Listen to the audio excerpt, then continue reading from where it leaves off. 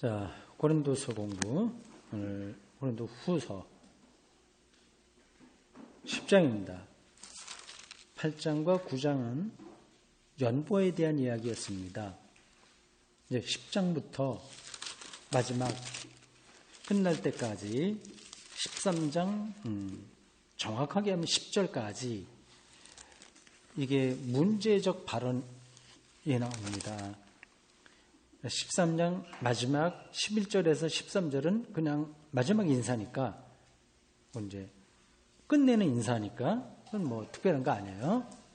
근데 요 10장부터 13장 그 마지막 인사 바로 직전까지 10절까지가 이 앞에 있는 거하고 약간 어울리지 않을 수도 있는 내용입니다. 굉장히 표현도 좀 과격합니다. 앞에서는 모든 것들이 잘 좀 진행이 됐습니다. 그리고 8장과 9장에서 이 연보를 잘했다. 너희들 소식을 들으니까, 근데 우리가 다시 갈 때 또 뭐 불이 났게 헌금하지 말고 미리미리 또 좀 해라. 내가 당신들을 자랑했다. 여기에서 뭐 그런 걸 줄 잘 하고 있습니다. 근데 10장으로 넘어가서 조금 성격이 달라져요. 9장 15절 보십시오. 말할 수 없는 그의 은사로 말미암아 하나님께 감사하노라. 참 은혜롭게 끝나지 않습니까? 근데 10장 1절부터 조금 더 뒤로 가면 더 느낄 수 있는데 자기를 강력하게 변호합니다. 그 소제목이 그렇게 붙어 있죠. 바울이 자기의 사도직을 변호하다. 여태까지 실컷 사도로서 좋은 이야기 많이 하고 감사하고 자랑스럽게 생각하고 잘 돌아가다가 이제 10장으로 넘어와서 또 내가 이렇게 된 거는 내가 뭐 너희들 너희들이 잘 되게 하기 위해서 내가 이렇게 했지, 내가 자랑을 해도 근데 왜 이렇게 저렇게 말이 많냐?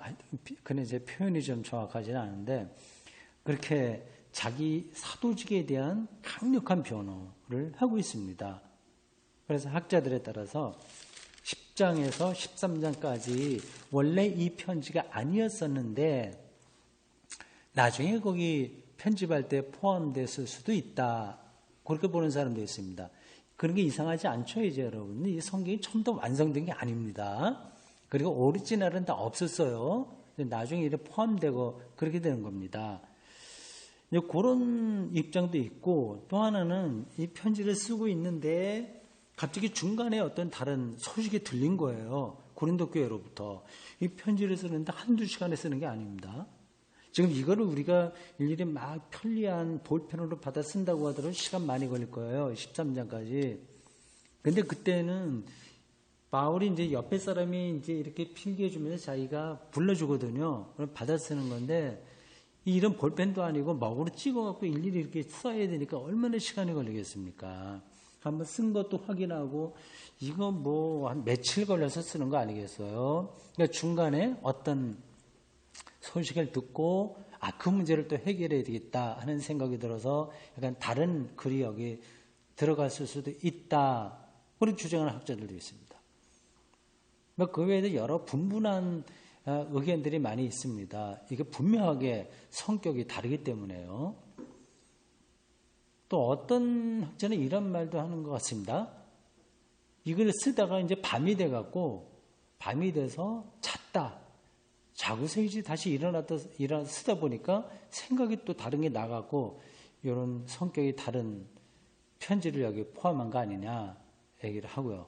또 어떤 학자들은 이건 어디 분실되어 있던 것이 중간에 보냈던 게 분실됐다가 나중에 여기 들어오게 됐다. 뭐 그런 얘기도 합니다. 그거는 굉장히 복잡한 거니까 여러분들이 다 모셔도 되고요. 다만 이게 성격이 좀 다르다. 그만 염두에 두고 보시면 됩니다.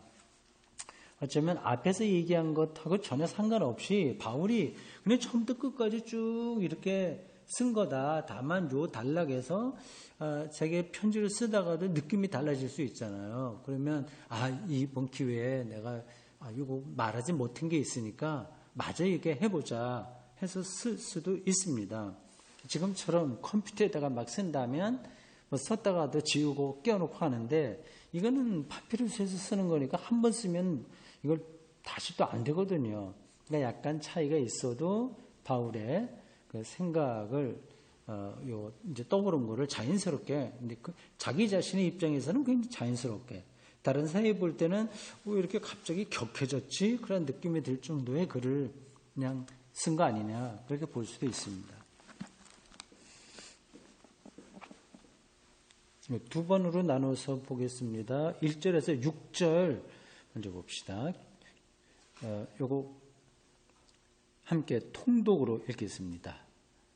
너희를 대면하면 유순하고 떠나 있으면 너희에 대하여 담대한 나 바울은 이제 그리스도의 온유와 관용으로 친히 너희를 권하고 또한 우리를 육신에 따라 행하는 자로 여기는 자들에 대하여 내가 담대히 대하는 것 같이 너희와 함께 있을 때에 나로 하여금 이 담대한 태도로 대하지 않게 하기 구하노라. 우리가 육신으로 행하나 육신에 따라 싸우지 아니하노니 우리의 싸우는 무기는 육신에 속한 것이 아니요 오직 어떤 견고한 진도 무너뜨리는 하나님의 능력이라. 모든 이론을 무너뜨리며 하나님을 아는 것을 대적하여 높아진 것을 다 무너뜨리고 모든 생각을 사로잡아 그리스도에게 복종하게 하니 너희의 복종이 온전하게 될 때에 모든 복종하지 않는 것을 벌하려고 준비하는 중에 있노라. 마지막 대목에서도 아주 특별한 그 느낌이 옵니다. 벌하려고 준비하는 중에 있다. 이런 것까지 이제 과격하게 표현하고 있습니다. 지금 이제 바울이 편지를 쓰고 있는 이 고린도 교회에 어떤 무리의 사람들이 있는지를 조금 염두에 두십시오. 똑같은 사람들이 있는 게 아니에요. 크게 보면은 세 부류의 사람들이 있습니다. 하나는 당연히 고린도 교회 신자들이에요. 원래 있었던 고린도 교회 신자들. 바울이 개척한 교회죠. 근데 두 번째는 거짓 사도들입니다. 거짓 사도들. 이게 이제 가장 큰 문제였죠. 거짓 사도가 뭐지? 왜 거기 거짓 사도가 있다고 하는 거지? 그런 생각이 들죠? 거짓 사도라고 해서 나쁘다는 뜻이 아닙니다. 잘못된 걸 가르치는 거죠. 다 열정이 있어요. 다 교회를 사랑한다고 하는데 잘못된 걸 가르치는 사도들이 있습니다. 주로 예루살렘의 유대 기독교인들 중에 그런 과격한 사람들이 있었습니다. 그게 어떤 걸 그들이 말하는 건지 대충 짐작을 하셨을 거예요. 바울이 말하는 그 복음, 그거는 안 돼. 그거 당연히 기본은 있어야 되지만 다른 것도 있어야 돼. 많이 말을 주장한 겁니다. 그러니까 바울이 좀 뭔가 잘못된 걸 가르치는 사람으로 이렇게 무시하는 사람들이 있었던 거죠. 그런 뭐 약점이 바울에게 있기도 했습니다.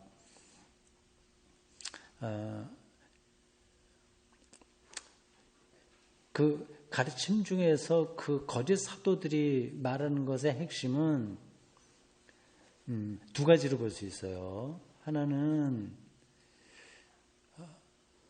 복음으로만, 예수 그리스도를 믿음으로서만 의로워지거나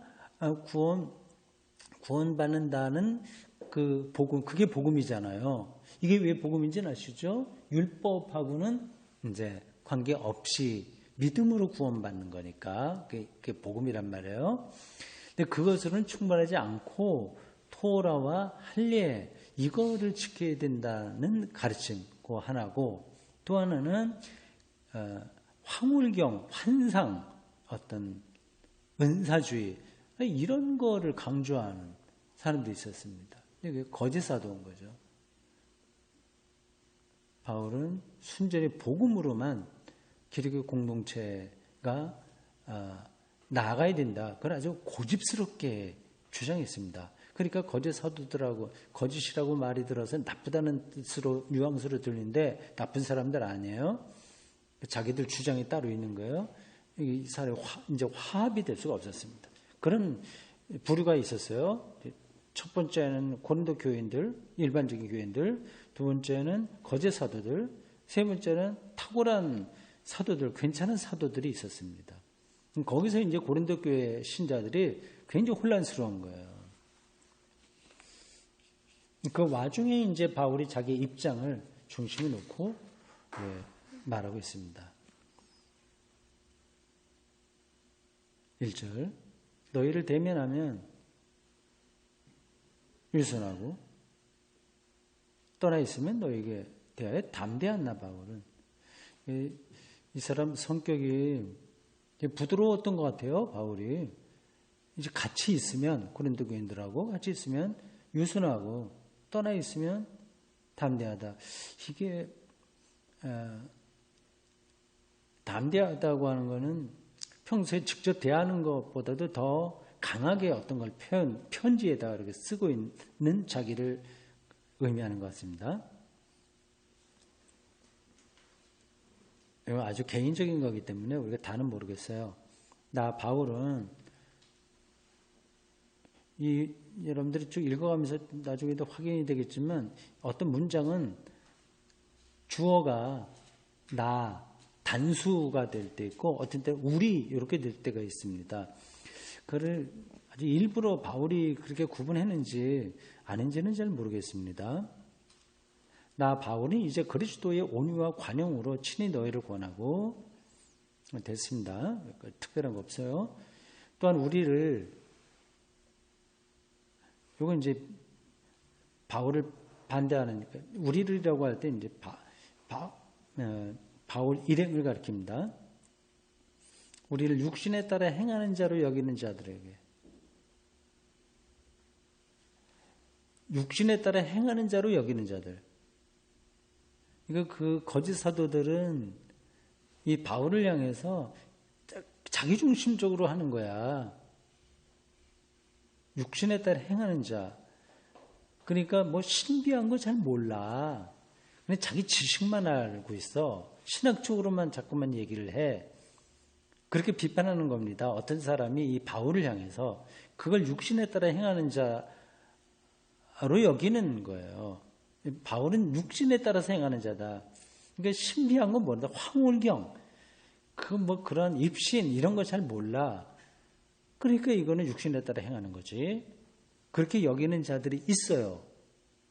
그들에 대하여 내가 담대히 말하는 것 같이.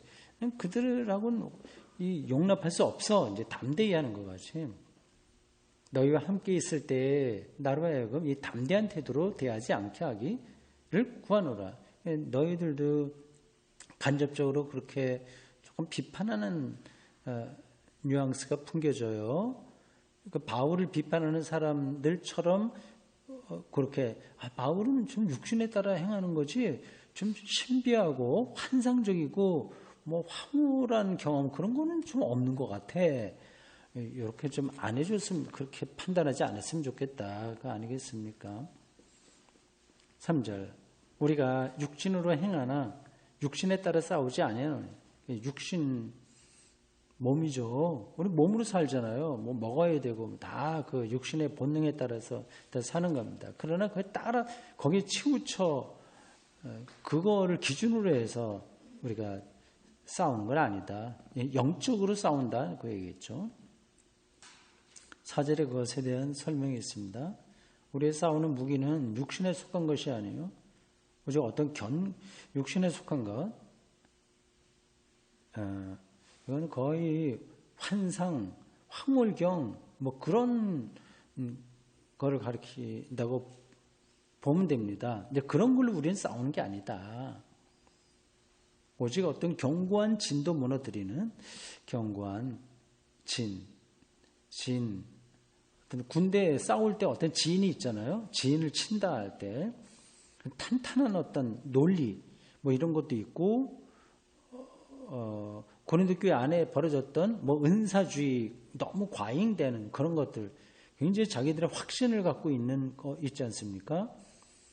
그런 거 무너뜨리는 하나님의 능력이라 모든 이론을 무너뜨리며 됐어요. 그러니까 이 바울을 대적하는 고린도 교회 안에 있었던 이 거짓 사도들도 굉장히 논리가 탄탄했고 나름으로 그리고 경험도 많았고 했습니다. 근데 그거를 우리는 똑같은 방식으로 싸우지 않는다. 하나님의 능력으로 그들의 이론을 무너뜨린다. 계속 투쟁했습니다. 근데 외롭게 했죠, 바울은. 5절 하나님을 아는 것을 대적하여. 그러니까 하나님 아는 것을 대적한다는 것은 자기를 자꾸 내세운다는 거겠죠. 하나님 아는 것을 대적하여 높아진 것. 다 무너뜨리고 모든 생각을 사로잡아 그리스도에게 복종하게 하니. 그게 이제 하나님의 능력으로 나와 우리가 그렇게 했다는 겁니다. 하나님을 아는 것, 정말 하나님을 아는 것이어야 되는데 그건 좀 오히려 반대로 가고 자기가 높아지는 거예요. 내가 뭐를 했다고 하는 생각으로 강하게 되는 겁니다. 그 거짓 사도들에게 나타난 특징입니다. 자기들은 사도고 어떤 증빙 서류도 있고 뭐 환상도 보고 뭐 그런 것들 자기가 높아지는 겁니다. 그걸 다 무너뜨린다. 그러니까 율법적인 거죠. 그걸 다 무너뜨리고 모든 생각을 사로잡아서 오직 그리스도에게 복종시킨다. 이렇게 읽어서는 그 차이가 확 오지 않을 수 있는데 이제 종교적인 현상은 이게 구분이 잘 안 됩니다. 저 사람이 교만하고 자기중심적인 거야. 아니면 정말 그리스도를 향해서 복종하는 거야. 구분이 정말 잘 안 됩니다. 이제 하나님을 얘기하면서도 결국은 자기를 나타내는 경우가 많거든요. 그걸 교만이라고 합니다. 기독교에서 교만이 가장 큰 죄입니다. 뭐 모든 것은 다 교만에서 나오는 거죠. 다른 죄는 자기 실수 또 육체적인 데서 나오는 어떤 것들인데 교만은 영적인 죄라서 우리 영혼을 파멸시킨다고 해요. 그래서 그 어거스틴도 기독교 죄의 본질을 휘브리스, 교만이라고 했습니다. 대다수 신학자들이 다 그렇게 얘기를 했습니다. C.S. 루이스의 순전한 기독교를 요즘 제가 강도를 하고 있는데 혹시 다비아 인터넷에서 좀 들어보셨어요? 오강음악 못 봤어요? 들어보셨어요? 바쁘셨어요? 네. 재미없어요? 그런 거? 들어보세요. 그 책이 얼마나 좋은데. 그런 강의는 신대원 가서 듣기도 쉽지 않을 텐데. C.S. 루이스 그 책 192쪽 이하에 교만을 가장 큰 죄라고 말해요. 그 항목에서 내가 몇 가지를 그냥 발췌해 봤습니다. 요거는 그 여수 안산교회 그 사경에 갔을 때 베드로전서를 읽는다 어떤 부분을 설명하면서 요거도 인용한 겁니다. 근데 재밌어요. 루이스가 글을 정말 쌈빵하게 씁니다. 이 사유가 일단 산뜻하고 물론 신학적으로는 저하고 좀 마음에 안 드는 게 있긴 있는데 그분은 이제 신학자가 아니니까 영문학자고 나니아 연대기 쓰시고 대단히 뛰어난 그런 분인데 글이 참 좋아요. 맛깔스럽게 쓰고 기독교의 중심을 잘 뚫어보고 있습니다. 근데 이 대목이 아주 특이해서 베드로전서를 읽는다 거기에 할 때 인용한 거 요거 지금 맞는 대목이 나와서 읽어드릴까 합니다. 별로 길지 않아요. 제가 발췌만 했습니다. 하나님을 아는 것에 대적하여 하나님을 믿는다고 하면서도 사실 하나님을 자기가 대적하는 줄 모른다니까요. 이게 이상합니다. 사람이. 뭐 저에게도 그런 게 있겠죠. 여기 지금 그걸 짚고 있는 겁니다. 하나님 아는 것을 대적하여 높아진 것. 이게 교만이죠. 들어보십시오. 성도덕은 기독교 도덕의 중심이 아니다. 중심은 교만이다. 성적인 부정, 분노, 탐욕, 술 취함 등은 교만에 비하면 세 발의 피다. 악마는 교만 때문에 악마가 되었다. 교만은 다른 이들의 교만과 경쟁 관계에 있다. 다른 악은 우연히 경쟁적으로 되지만 교만은 본질적으로 경쟁적이다. 교만은 단순히 무언가를 더 가지는 것에 만족하지 못하고 옆 사람보다 더 가져야만 만족한다.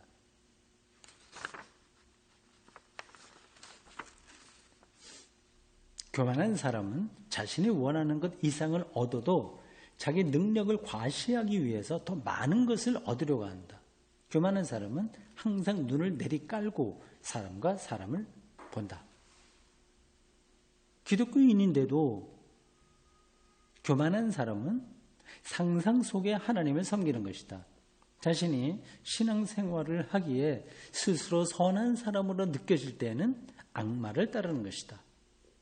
덜 나쁜 악들은 사탄이 우리의 동물적인 본성, 소유욕, 탐욕 이런 거요. 그런 것을 이용하기에 생기지만 교만은 지옥에서 곧장 온다.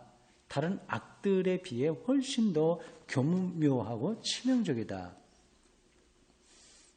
교만을 통해서 인간적인 유혹을 극복하는 사람들이 있다. 교만이라는 독재 정권을 세우기 위해서 악마는 우리를 순결하고 절제하며 용감하게 살도록 허락한다. 교만은 영적인 암이다. 이게 굉장히 철저하게 이렇게 사는데 그게 이제 교만에서 나올 수 있다고 하는 거죠. 정말 겸손한 사람은, 교만이 아니라 겸손한 사람은 나는 정말 부족한 사람이죠 라는 말을 입에 달고 다니는 역겨운 사람이 아니라 누가 어떤 말을 하든지 진지하게 관심을 보이는, 자기가 낮에 있으니까 사람이 하는 말에 귀를 기울이는, 진지하게 관심을 보이는 쾌활하고 지적인 사람이다. 그는 자신의 겸손을 의식하지 않는다. 억지로 겸손하는 게 의식하지 않는다. 아예 자신을 의식하지 않는다. 재밌죠? 정확하게 얘기하죠? 네.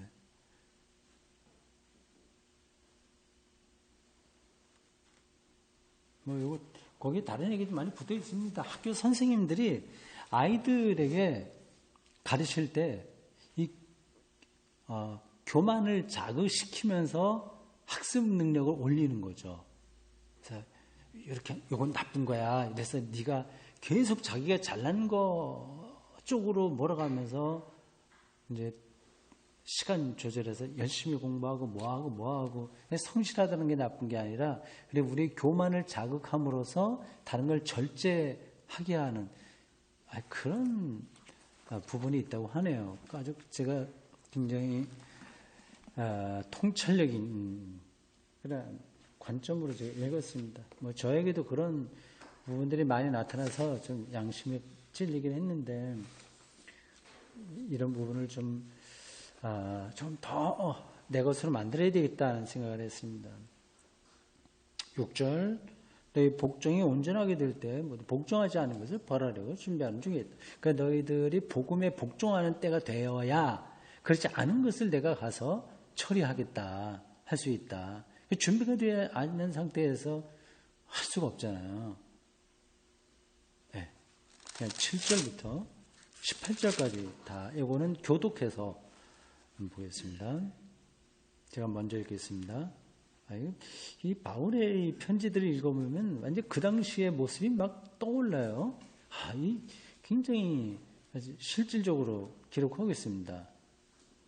너희는 외모만 보는도다. 만일 사람이 자기가 그리스도에게 속한 줄을 믿을진데 자기가 그리스도에게 속한 것 같이 우리도 그러한 줄을 자기 속으로 다시 생각할 것이라.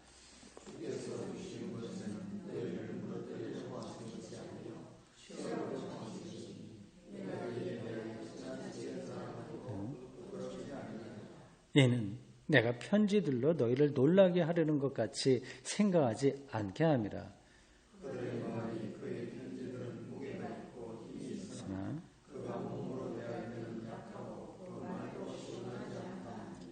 이런 사람은 우리가 떠나 있을 때 편지들로 말하는 것과 함께 있을 때 행하는 일이 같은 것임을 알지라.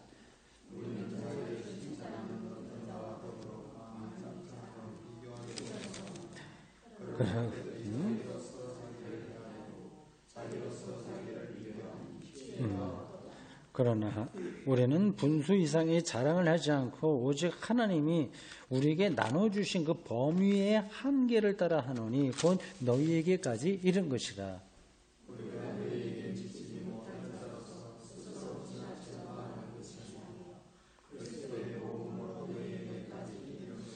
우리는 남의 수고를 가지고 분수 이상의 자랑을 하는 것이 아니라 오직 너희 믿음이 자랄수록 우리의 규범을 따라 너희 가운데서 더욱 풍성하여지기를 바라노라.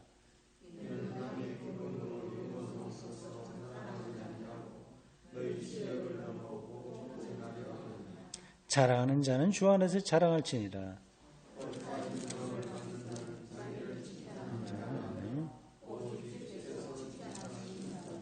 아멘. 7절에 외모만 본다.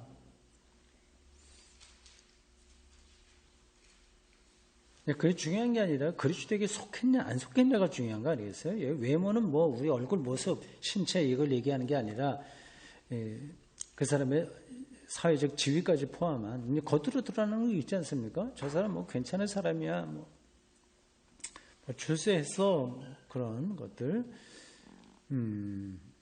그런 걸로 우리는 보통 사람을 판단합니다. 근데 신앙적으로 사는, 말씀으로 사는 사람들은 그리스도에게 속했냐 하는 거 중요한 거죠. 자기가 그리스도에게 속한다면 우리도 이제 그렇게 한 줄로 속으로 생각해야지 자기만 그렇다고 하면 되냐. 일반적인 이야기를 하고 있습니다. 근데 그리스도에게 속하다고 하는 거, 이걸 자기 삶의 중심으로 삼는 것도 사실 쉽지가 않습니다. 하여튼 이게 평생 동안 우리가 붙들어야 될 신앙적인 화두라고 할 수 있습니다. 8절, 주께서 주신 권세는 너희를 무너뜨리려고 한 것이 아니요 세우려고 한 것이니 내가, 여기서 또 내가로 나오죠. 어떤 데서 우리가 이렇게 나옵니다. 이 권세, 주께서 주신 권세, 그러니까 사도의 권세예요. 권위죠. 바울이, 이게 이제 거짓 사도들에게는 좀 기분 나쁜 얘기입니다. 뭐 베드로나 뭐 야고보나 아니면 안드레 이런 정도는 돼야지 예수를 살아계실 때 보지도 못한 자가 나서서 자칭 사도라고 하니까 그 중심 교회에서 못마땅하게 생각했는데 바울은 그 주님께서 나에게 주었다고 생각한 겁니다. 그 권세, 이건 무너뜨리려고 하는 것이 아니라 세우려고 한 거다. 그래서 내가 이게 서대 지나치게 자랑해야 돼. 지나치게 자랑하지는 않지만 그렇게 보였다고 하더라도 난 부끄럽게 생각하지 않는다.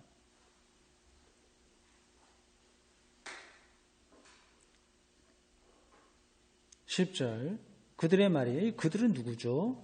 거짓 사도들이죠. 바울을 비판하는 사람들이죠. 그들의 말이 뭐냐? 다음입니다. 그들의 말이 했어요. 그 다음에 그의는 누구죠? 바울이죠. 그 사람들이 하는 말이, 바울의 편지들은 무게가 있고 힘이 있으나 그게 몸으로 대할 때 직접 보는 거죠. 몸으로 약하고 그 말도 시원치 않다 하니 이 바울이 말은 좀 어눌했던 것 같고 성격적으로도 좀 소심했던 것 같습니다.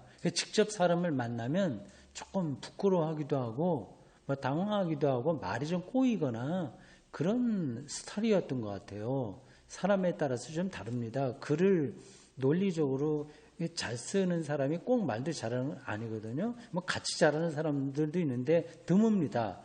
그 소설가나 이런 아주 뛰어난 그 글을 쓰는 사람들도 실제 만나면 너무 평범할 때가 있어요. 내용이 평범하다기보다도 말하는 투가 그렇습니다. 제가 가장 그걸 잘 느낀 분은 그게 이제 딱 떨어지는 분은 많은 사람은 알지 못하지만 그 칼의 노래라고 하는 걸 누가 썼죠? 김은 선생이 그렇습니다. 말을 정말 못해요. 한번 유튜브 들어가서 김은 대담이나 찾아보십시오. 천천히 투박하게 이렇게 해요. 아주 능변 아주 잘하는 그 스타일이 되지 못합니다. 근데 글은 굉장히 힘이 있습니다. 형용사 이런 거 안 써요. 아주 담백하게 쓰는데 힘있게 쓰는 겁니다. 근데 바울이 그런 것 같아요. 글은 남 못지않게 잘 썼는데 말은 좀 그런 것 같습니다. 그리고 몸도 약했어요. 12장 한번 7절 가보시겠어요? 12장 7절. 바울에게 지병이 있었다고 하는 겁니다. 여러 계시를 받은 것이 12장 7절. 지극히 크므로 너무 자만하지 않게 하시려고 내 육체의 가시 곧 사탄의 사제를 주셨으니 이는 나를 쳐서 너무 자만하지 않게 하려 하심이라. 육체의 가시 지병입니다. 이걸 오히려 하나님의 은혜로 하는 거 아니겠습니까? 아이고 저도 지병이 하나 생겨서 얼마나 다행인지 모르겠습니다. 이거 많지 안 된다고 하는데 통풍.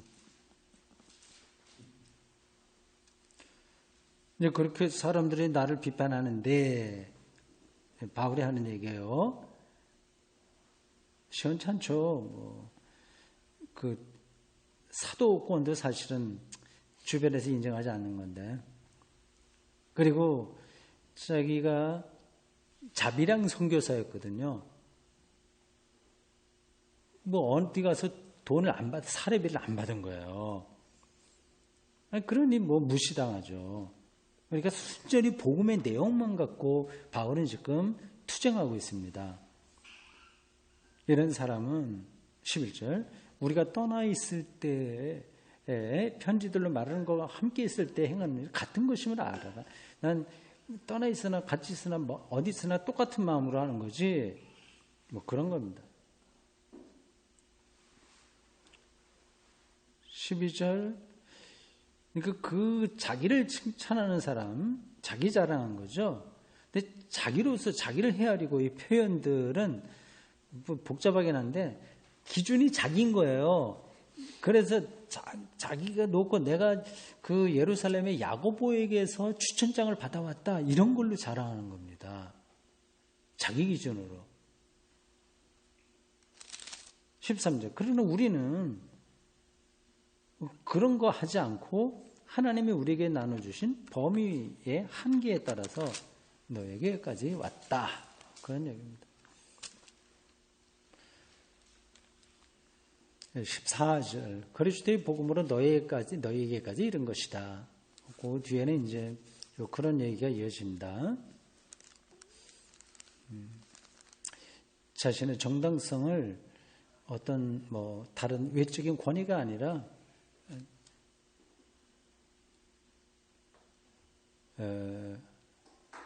복음이죠. 복음 안에서 그 복음의 확신 그걸 얘기하는 겁니다. 16절 보십시오. 남의 규범으로 이루어놓은 것으로 자랑하지 않고 남의 규범, 율법도 여기 포함되고 예루살렘 교회가 준 추천장 이런 것들 그리고 곳곳에 다니면서 자기 받을 돈 다 받고 사례비 다 받고 하는 그런 걸로 자랑하지 않는다. 내가 사례비를 얼마나 받냐 그런 걸로 자랑하지 않고 복음을 전하는 순진한 열정 그걸 나는 자랑한다 하죠. 17절 여기는 구약을 인용했습니다. 예레미야 9장 24절을 인용했는데 고린도전서 1장 31절에서 한 번 한 거예요. 인용한 걸 여기 다시 인용했습니다. 마지막 18절 옳다 인정함을 받는 자는 자기를 칭찬하는 자가 아니에요. 그러니까 자기 기준으로 자기를 내세우는 게 아니라 이제 주께서 칭찬하는 자다. 이 차이를 찾기도 쉽지는 않습니다.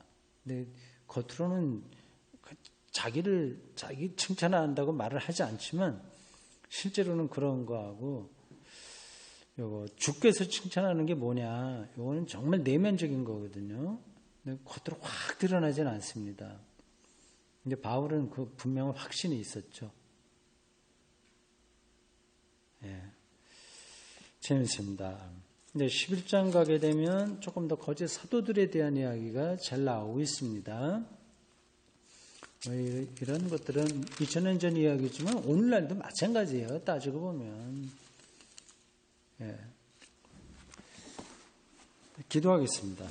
주님, 오늘 저희들 수요일 이 가을 절정의 아름다운 계절에 지하 교회당에 모여서 소수이지만 말씀을 사모하는 자들이 함께 공부했습니다. 2000년 전 이 자기의 온 영혼을 다해서 이렇게 부르짖듯이 쓴 바울의 편지를 시간이 지나서 오늘 우리가 이렇게 읽을 수 있다니 이 엄청난 기적과 같은 사건 앞에서 감사드립니다. 오래전 그렇지만 오늘도 살아있는 하나님의 말씀으로 저희들이 받았습니다. 복음에 충실한 말로만이 아니라 우리의 삶 전체가 복음에 전념하는 우리가 되도록 인도해 주십시오. 이 좋은 계절 항상 영혼이 풍성하고 행복하고 주님의 재림에 대한 희망이 가득한 우리의 삶이 되도록 주님께서 붙들어 주십시오. 예수님의 이름으로 기도합니다. 아멘.